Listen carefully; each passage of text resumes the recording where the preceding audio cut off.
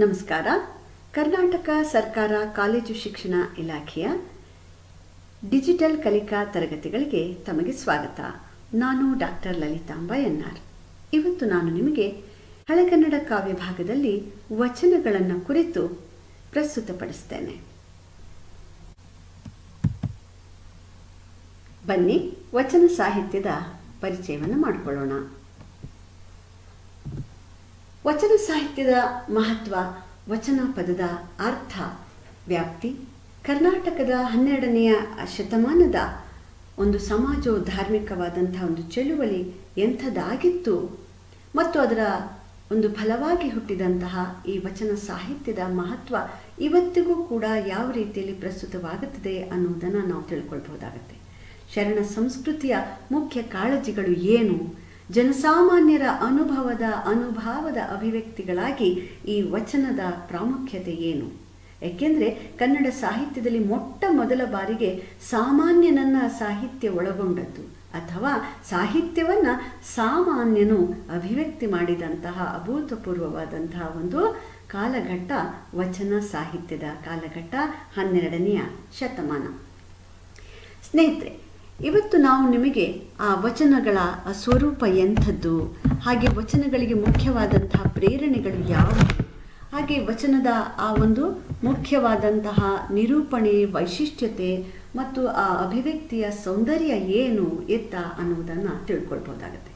ಹಾಗೆಯೇ ಅದರಲ್ಲಿ ಇರ್ತಕ್ಕಂಥ ಒಂದು ಆಶಯಗಳೇನು, ಆ ಆಶಯಕ್ಕೆ ತಕ್ಕಂಥ ಯಾವ ಆಕೃತಿಗಳನ್ನು ವಚನ ಆ ಒಂದು ಸಾಹಿತ್ಯ ಪಡ್ಕೊಳ್ತು ಅನ್ನುವುದನ್ನು ಕೂಡ ತಿಳ್ಕೊಳ್ಬಹುದಾಗತ್ತೆ. ಜನಸಾಮಾನ್ಯರನ್ನು ಒಳಗೊಂಡಂತಹ ಬಗೆ ಮತ್ತು ಹೇಗೆ ಅದು ಇಡೀ ಕನ್ನಡ ಸಾಹಿತ್ಯದ ಒಂದು ವಾಹಿನಿಯನ್ನೇ ಪಲ್ಲಟಿಸ್ತು, ಒಂದು ಹೊಸ ಸಂಚಲನವನ್ನು ಸಮಾಜದಲ್ಲಿ ಉಂಟು ಮಾಡಿತು ಅನ್ನುವುದನ್ನು ಕೂಡ ತಿಳ್ಕೊಳ್ಬಹುದಾಗತ್ತೆ. ಇದು ಕನ್ನಡ ಮನಸ್ಸಿನ ಆಲೋಚನಾ ಕ್ರಮವನ್ನೇ, ಅದರ ದಿಕ್ಕು ದೆಸೆಯನ್ನೇ ಹೇಗೆ ಒಂದು ಕ್ರಾಂತಿಕಾರಕವಾಗಿ ಪಲ್ಲಟಿಸಿತು ಅನ್ನುವುದನ್ನು ಕೂಡ ತಿಳ್ಕೊಳ್ಬಹುದು. ಅನೇಕ ಸತಿ ಅನ್ಕೋಬಹುದು, ಯಾಕೆ ನಾವು ವಚನವನ್ನು ಓದಬೇಕು ಅಂತ. ವಚನ ಸಾಹಿತ್ಯವನ್ನು ಓದುವುದರ ಮುಖಾಂತರವಾಗಿ 12ನೇ ಶತಮಾನದ ಕರ್ನಾಟಕದ ಆ ಒಂದು ಬದುಕಿನಲ್ಲಿ ಆದಂತಹ ಒಂದು ಹೊಸ ಸಂಚಲನ ಪಲ್ಲಟಗಳು ತಿಳಿಯುವುದಷ್ಟೇ ಅಲ್ಲದೆ ಇವತ್ತಿಗೂ ಕೂಡ ಪ್ರಸ್ತುತವಾಗುವಂತಹ ಎಂಥ ಅದ್ಭುತವಾದ ಚಿಂತನ ಕ್ರಮವನ್ನು, ಒಂದು ಹೊಸ ವೈಚಾರಿಕ ಆ ಒಂದು ತೀಕ್ಷ್ಣತೆಯನ್ನು ಕನ್ನಡದ ಜನರು ಮಾಡಿದ್ರು ಅನ್ನುವಂಥದ್ದನ್ನು ತಿಳ್ಕೊಳ್ಳೋದೇ ಒಂದು ಹೆಮ್ಮೆ.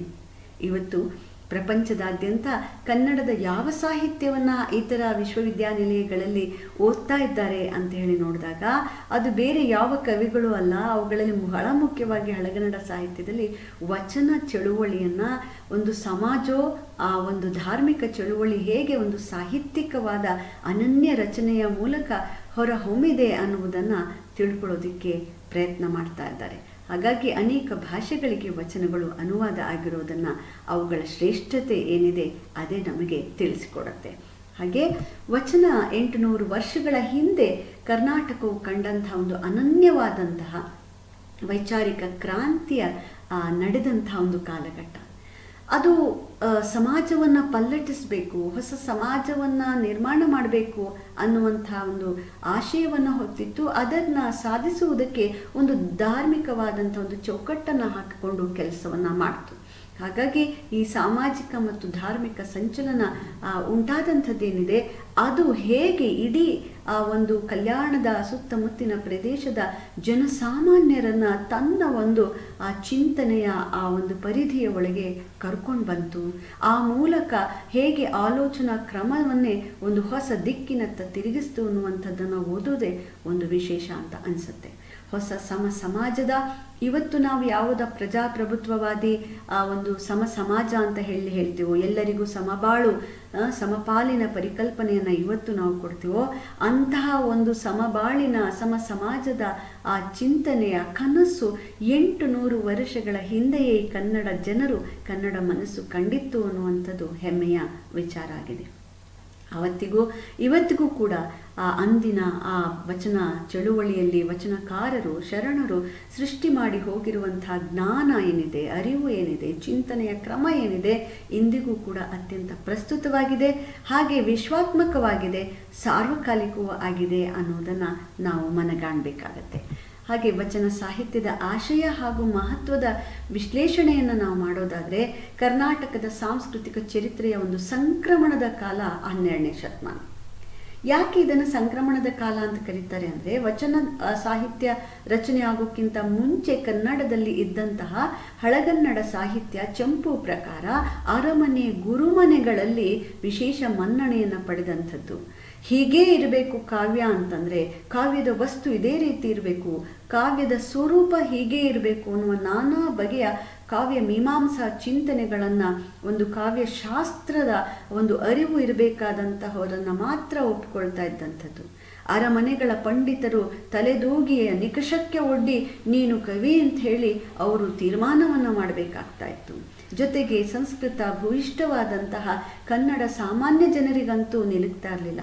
ಅರಮನೆ ಗುರುಮನೆಗಳಲ್ಲಿ ಹೀಗೆ ಉಳಿದು ಹೋದಂತಹ ಶ್ರೇಷ್ಠವಾಗಿದ್ದರೂ ಸಾಮಾನ್ಯ ಜನರ ಬದುಕಿನಲ್ಲಿ ಯಾವ ಪಲ್ಲಟವನ್ನು ಬದಲಾವಣೆಯನ್ನು ತರುವ ಉದ್ದೇಶವನ್ನು ಹೊಂದಿರದಂತಹ ಈ ಒಂದು ಮಾರ್ಗ ಸಾಹಿತ್ಯ ಏನಿತ್ತು, ಆ ಮಾರ್ಗ ಸಾಹಿತ್ಯವನ್ನು ಸಾಮಾನ್ಯ ಜನರ ಓಣಿಯಲ್ಲಿ ಓಡಾಡುವ ಹಾಗೆ ಮಾಡಿತು.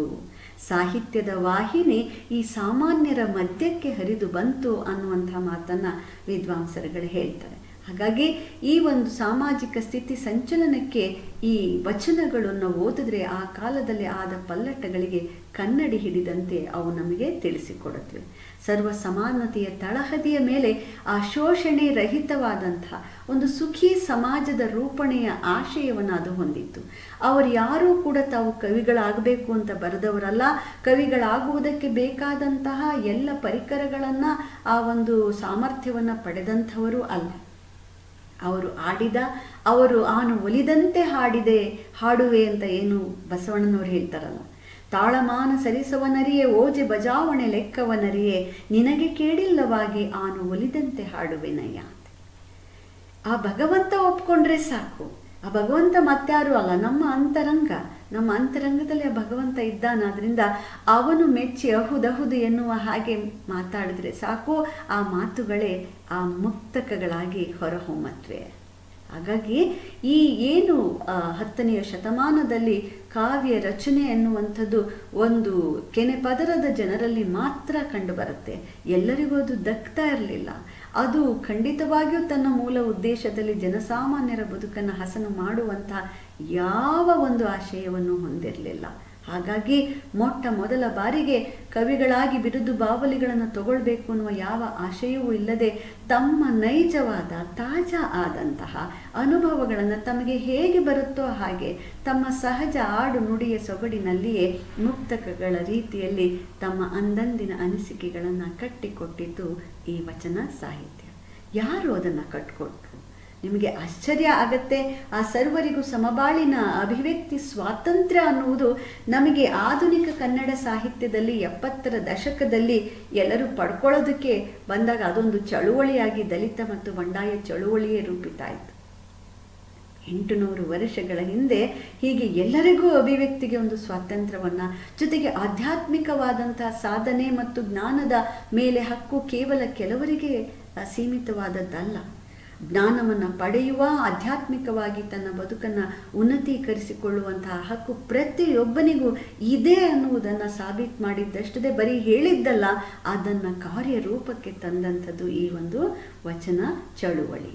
ಈ ವಚನ ಚಳುವಳಿಯ ಒಳಗಡೆಗೆ ಏನೆಲ್ಲ ಆಯಿತು, ಯಾವ ಆಶಯ, ಯಾವ ಕನಸು, ಯಾವ ರೀತಿಯ ಒಂದು ಆ ಕಾರ್ಯ ಯೋಜನೆಯನ್ನು ಮಾಡಲಾಯಿತು, ಅದನ್ನು ಹೇಗೆ ನಿಭಾಯಿಸಲಾಯಿತು, ಹೇಗೆ ಕಟ್ಟಿಕೊಡಲಾಯಿತು, ಹೇಗೆ ಹೊಸ ಆ ಒಂದು ಬದುಕನ್ನು ರೂಪಿಸಿಕೊಳ್ಳುವುದಕ್ಕೆ ಅಗತ್ಯವಾದಂತಹ ಆ ವ್ಯಕ್ತಿ ಸ್ವಾತಂತ್ರ್ಯ, ಸ್ವಪ್ರಜ್ಞೆ, ಅಸ್ಮಿತೆ ಮತ್ತು ಸ್ವಾಭಿಮಾನ, ಹಾಗೆಯೇ ಯಾವುದರ ಮೇಲೂ ಕೂಡ ತಾನು ತನ್ನ ಬದುಕನ್ನು ಅವಲಂಬಿಸಿ ಹೀನಾಯವಾದಂತಹ ಒಂದು ನಿಕೃಷ್ಟವಾದಂತಹ ಕೀಳರಿಮೆಯನ್ನು ಮನುಷ್ಯ ಅನುಭವಿಸಬೇಕಾಗಿಲ್ಲ.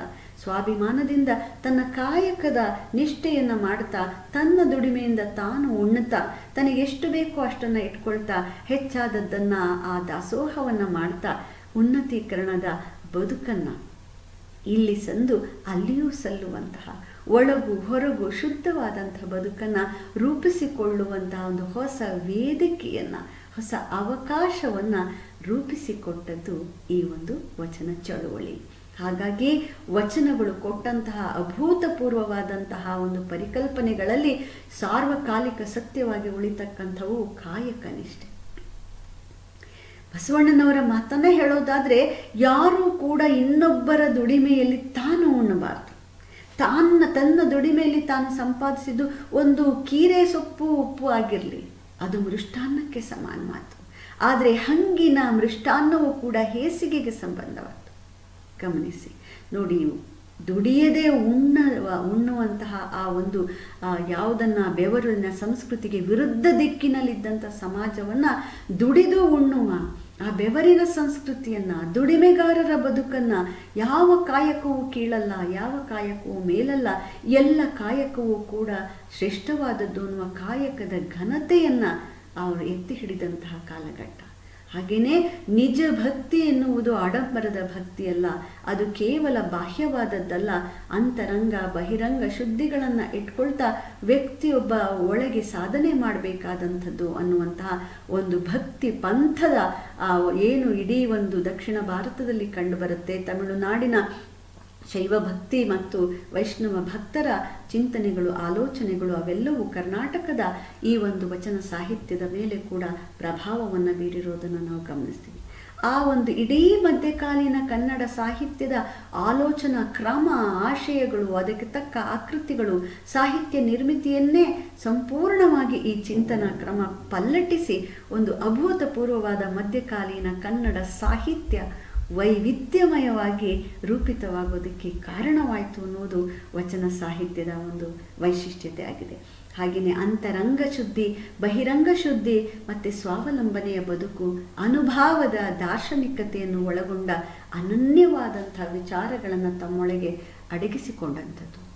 ಯಾವುದನ್ನು ವೈದಿಕ ಸಂಸ್ಕೃತಿ ಅದುವರೆಗೂ ನಡೆಸಿಕೊಂಡು ಬಂದಿತ್ತೋ, ಸಂಪ್ರದಾಯವನ್ನು, ಆಚರಣೆಗಳನ್ನು ತರ್ತಾ ಇಡೀ ಸಮಾಜವನ್ನು ನಾನಾ ಬಗೆಯ ಅಸಮತೆಗಳಿಂದ ಛಿದ್ರಗೊಳಿಸಿ ಆ ಉಸಿರು ಕಟ್ಟುವ ವಾತಾವರಣ ಒಂದು ನಿರ್ಮಾಣವಾಗಿತ್ತೋ, ಅಂಥ ಸಂಸ್ಕೃತಿಗೆ ಒಂದು ಪ್ರತಿರೋಧವನ್ನು ಒಡ್ಡಿ ಅಲ್ಲಿ ಹೇಳತಕ್ಕಂತಹ ವಿಚಾರಗಳನ್ನು, ಆಧ್ಯಾತ್ಮಿಕ ಚಿಂತನೆಗಳಿರ್ಬೋದು, ಬದುಕಿನ ದೃಷ್ಟಿಕೋನ ಇರ್ಬೋದು, ಅವೆಲ್ಲಕ್ಕೂ ಒಂದು ಪರ್ಯಾಯ ಮಾರ್ಗವನ್ನು ಹೇಳಿದಂಥದ್ದು.